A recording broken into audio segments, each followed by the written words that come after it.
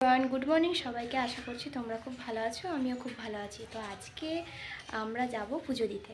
আমি রেডি হয়ে পড়েছি, মেয়ে এখনও উঠেনি। তো মেয়ে উঠলে ওকে স্নান করাবো, একটু খাইয়ে ওকে নিয়ে চলে যাব। আর এই যে মা এদিকে পুজো সাজাচ্ছে, তোমাদের একটু দেখি। এখানে মা পুজোগুলো সুন্দর করে সাজিয়ে নিচ্ছে দুটো জায়গায়, কারণ আমরা যাব দুটো জায়গায় পুজো দিতে, একটা বাবার নামে একটা মেয়ের নামে।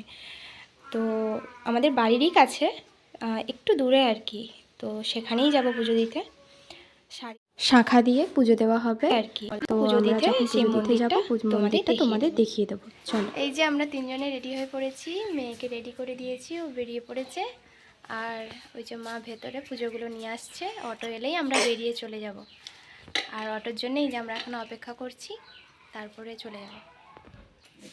এই যে মা রেডি হয়ে গেছে, এই শাড়ি, এই যে পুজো, এখনো নিচে আর একটা শাড়ি আছে, পুজো আছে, তো ওটা নিয়ে আমরা যাব।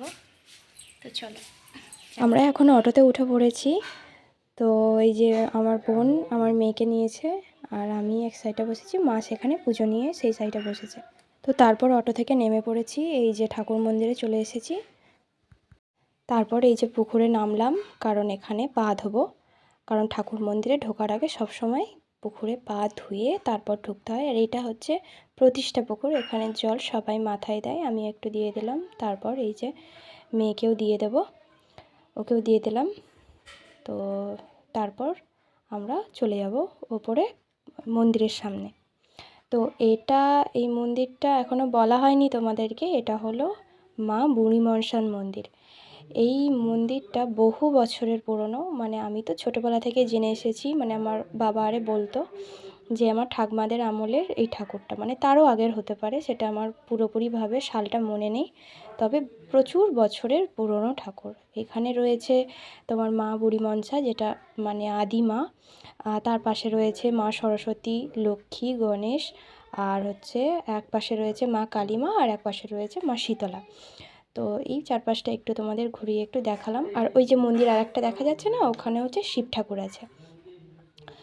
আর তারপর এই যে পুজোগুলো ঢুকিয়ে দেওয়া হয়েছে, আর যারা পুজো নেন ওনারাই একটু কথা বলছিলেন, যে ওই ঠাকুর সম্বন্ধেই কিছু আমাদের বলছিলেন, আমরা শুনছিলাম। তো তারপর মেয়েকে নিয়ে যে বসে আছি, তো ও এই প্রথম নতুন এলো, কারণ মেয়ের নামেই পুজো, তো ওকে তো আসতেই হবে, সেই জন্য ওকেও নিয়ে এলাম। তো এই যে দুজনে বসে আছি, তারপর আবার একটা জায়গায় পুজো দিতে যাব। এই যে বেরিয়ে পড়েছি, মানে ওখান থেকে হেঁটে হেঁটে আবার এলাম, মেয়েকে কোলে নিয়ে, ছাতা নিয়ে, গরমে খুব কষ্ট হলো। ওখান থেকে আরেকটু দূর, মানে 10-15 মিনিট হাঁটা, আর একটা ঠাকুর মন্দিরে যাব বলে তো এলাম। তো এখানেও রয়েছে মনসা ঠাকুর, এটা হচ্ছে হীরাপুরের মনসা। তো এখানেও পুকুরে পা ধুয়ে চলে এলাম মন্দিরে, তো মাকে প্রণাম করব বলে। তো এখানে প্রণাম করে নিলাম, আর এই চারপাশটা একটু দেখিয়ে দিলাম। তারপরে পুজো হলে আমরা পুজো নিয়ে বাড়ি যাব। তো চলো, টাটা, বাই বাই, আবার অন্য কোনো ব্লগে তোমাদের সঙ্গে দেখা হচ্ছে।